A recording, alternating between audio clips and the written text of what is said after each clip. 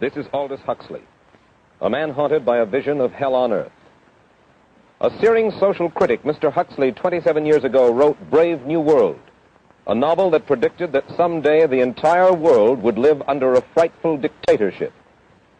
Today, Mr. Huxley says that his fictional world of horror is probably just around the corner for all of us. We'll find out why in a moment. The Mike Wallace Interview, presented by the American Broadcasting Company in association with the Fund for the Republic, brings you a special television series discussing the problems of survival and freedom in America. Good evening. I'm Mike Wallace. Tonight's guest, Aldous Huxley, is a man of letters, as disturbing as he is distinguished. Born in England, now a resident of California, Mr. Huxley has written some of the most electric novels and social criticism of this century.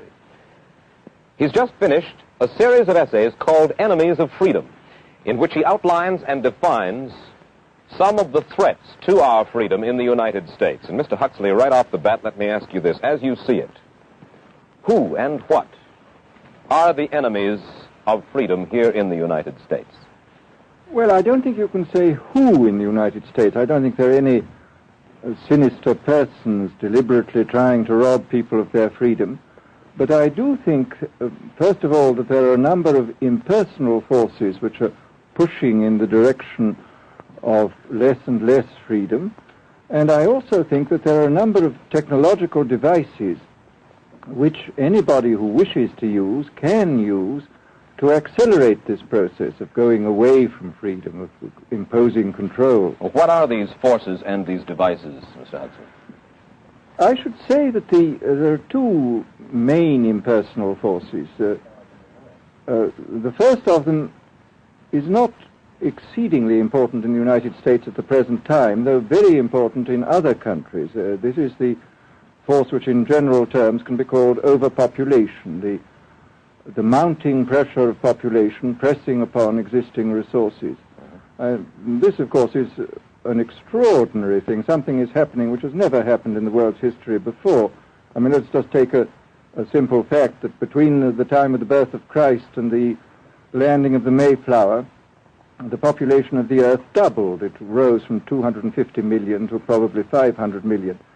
Today, the population of the Earth is rising at such a rate that it will double in half a century. Well, why should overpopulation work to diminish our freedoms?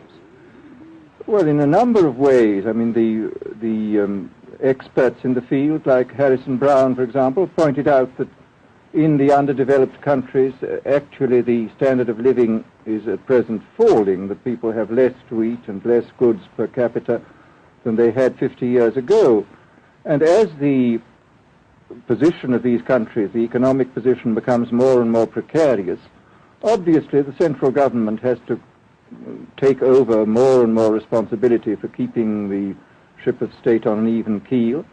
And then, of course, you're likely to get social unrest under such conditions, with again an intervention of the central government. So that I think one sees here a pattern which seems to be pushing very strongly towards a totalitarian regime. And unfortunately, as in all these underdeveloped countries, the only highly organized political party is the Communist Party, it looks rather as though they will be the heirs to this unfortunate process, that they will step into the position of power. Well, then, ironically enough, one of the greatest forces against communism in the world, the Catholic Church, according to your thesis, would seem to be pushing us directly into the hands of the communists because they are against birth control.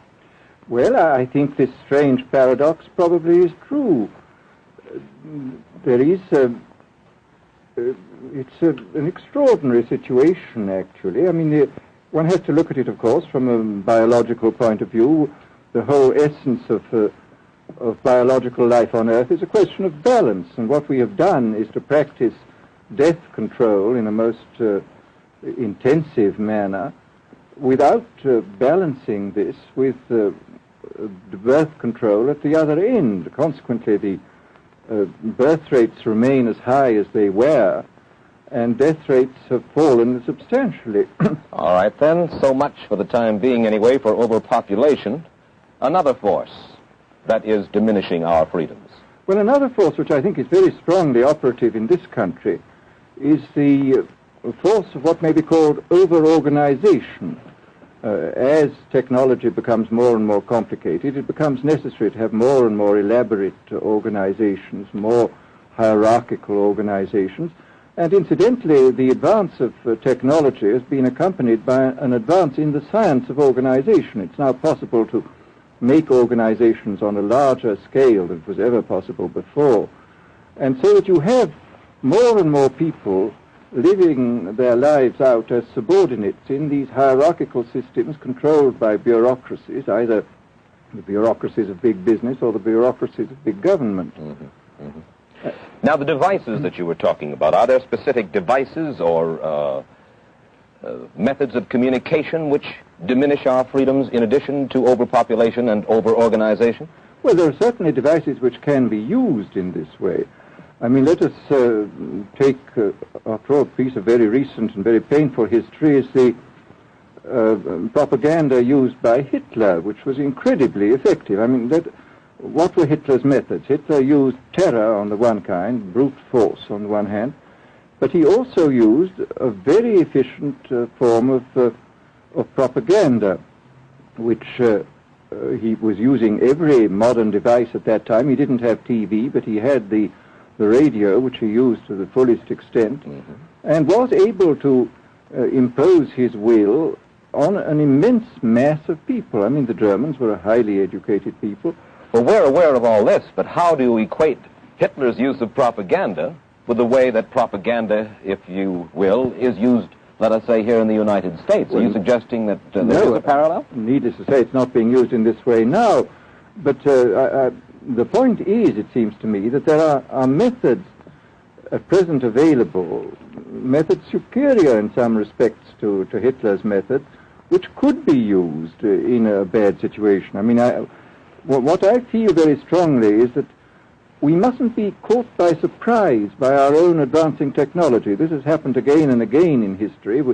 Technology has advanced, and this changes social conditions, and suddenly people have found themselves in a situation which they didn't foresee and doing all sorts of things they didn't really want to do. Well, now, what do you mean? Do you mean that we develop our television, but we don't know how to use it correctly? Is that the point that you're making? Well, at present, the television, I think, is being used quite harmlessly. It's being used, I think, I would feel it's being used too much to distract everybody all the time. But, I mean, imagine, which must be the situation in all communist countries, where the television, where it exists, is always saying the same thing the whole time, is always driving along. It's not creating a wide front of distraction. It's creating a one-pointed drumming in of a single idea all the time. It's obviously an immensely powerful instrument. Mm-hmm. So you're talking about the potential misuse of the instrument. Exactly. We have, after all technology is in itself morally neutral.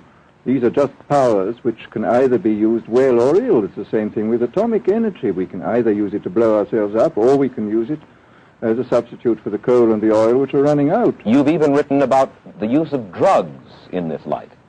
Well, now, this is a very interesting subject. I mean, in this book that you mentioned, this book of mine, Brave New World, I postulated a substance called soma, which was a very versatile drug. It would make people feel happy in small doses. It would make them see visions in medium doses, and it would send them to sleep in large doses.